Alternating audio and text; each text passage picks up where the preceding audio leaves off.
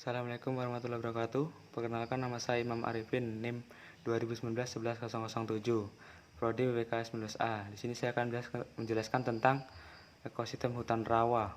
Ekosistem hutan rawa berdasarkan keadaan tanahnya.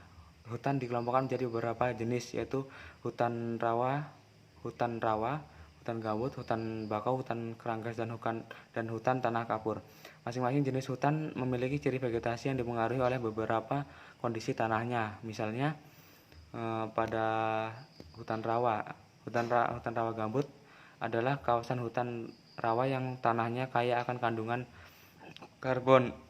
Yang kedua yaitu hutan rawa bakau, yaitu adalah kawasan hutan yang tumbuh berkembang di daerah air payau, sehingga tumbuhan yang hidup di sana tergantung dipengaruhi oleh pasang surutnya air laut.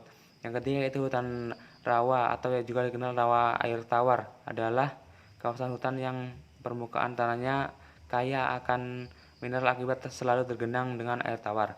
Yang keempat yaitu hutan keranggas, adalah hutan yang kondisi lahan atau tanah hutannya bersifat ekstrim dan sangat peka akan gangguan seperti mudah terjadi kebakaran.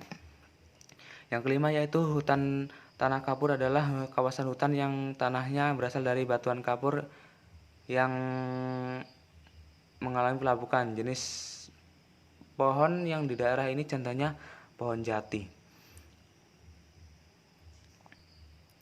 Selanjutnya akan menjelaskan tentang pengertian hutan rawa. Hutan rawa adalah hutan yang tumbuh dan berkembang di wilayah yang selalu tergenang oleh air tawar, atau secara musiman wilayah hutan selalu tergenang air tawar.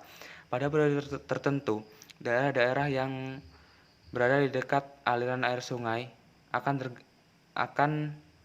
tergenang luapan air sungai yang ketika musim hujan. Keadaan alami tersebut menyebabkan terbentuknya hutan rawa. Posisi hutan ini biasanya berada di belakang hutan bakau atau mangrove yang memiliki ciri digenangi oleh pasang surut air laut. Ciri hutan rawa. Tajuk vegetasi hutan rawa pada umumnya berbentuk vertikal yang terdiri dari beberapa stratifikasi. Akan tetapi terdapat pula tumbuhan serata yang sederhana seperti palmae di hutan jenis sagu. Iklim suatu kawasan tidak akan mempengaruhi kondisi hutan rawa, karena wilayah hutan jenis ini selalu digenangi oleh air, baik secara periodik atau sepanjang waktu. Berikut adalah ciri-ciri hutan rawa secara lengkap, yaitu 1. Selalu tergenang air. Hal ini membedakan hutan rawa dengan jenis hutan lainnya, yaitu adalah adanya air yang menggenang kawasan tersebut. Air yang tergenang jumlahnya banyak sehingga membentuk kolam dangkal yang sangat luas. Yang kedua yaitu lapisan gambut pada lantai hutan. Pada hutan hujan tropis, lantai hutan biasanya ditumbuhi oleh spesifikasi baku-bakuan jamur atau lumut. Sedangkan kawasan rawa, lantai hutan berupa lapisan gambut yang membentuk tanah dengan sifat tidak terlalu keras atau dapat disebut lumpur. Yang ketiga yaitu perakaran tumbuh khas. Pepohonan dan tumbuh yang hidup di hutan rawa memiliki sistem perakaran yang unik. Cengkreman akar tanaman tidak sekuat vegetasi yang ada di tanah padat. Yang keempat yaitu jenis tanaman rawa. Tumbuhan yang hidup di wilayah rawa memiliki ciri khusus dan umumnya merupakan tanaman air seperti eceng gondok, rumput, semangi, dan sebagainya. Yang kelima yaitu jenis tanah. Tanah dasar rawa terbentuk dari endapan gambut yang memiliki ciri berlumpur dan becek. Hal ini tersebut dapat dilihat secara kasat mata dan dibedakan langsung dengan tanah pada jenis hutan lainnya. Endapan tanah ini dasar rawa sebagian besar berasal dari kayu dan dedaunan yang lapuk. Yang keenam, pepohonan tinggi. Selain tanaman air rawa juga ditumbuhi pepohonan dengan tinggi yang lebih dari 40 meter. Pepohonan tersebut yang tumbuh memiliki kemampuan adaptasi yang kondisi rawa yang selalu tergenang air. Yang ketujuh yaitu tidak terpengaruh iklim. Flora dan fauna hutan rawa pada umumnya tidak begitu terpengaruh akan iklim. Di daerah rawa ketersediaan sumber air dan zat hara cenderung tetap dan tersedia secara terus-menerus. Yang kedelapan yaitu hutan selalu hujan. Hutan rawa akan terlihat selalu hijau sepanjang tahun jika hutan tersebut dipengaruhi oleh musim dan cuaca yang berubah-ubah, maka hutan di daerah rawa akan terlihat tetap hijau meskipun pada musim kemarau. Yang kesembilan yaitu akar lutut dan tunas terendam air. Keunikan lain dari tumbuhan di rawa adalah mempunyai jenis akar lutut. Selain itu, tunas di tanaman yang tumbuh di hutan juga berada di bawah air karena rendaman air rawa.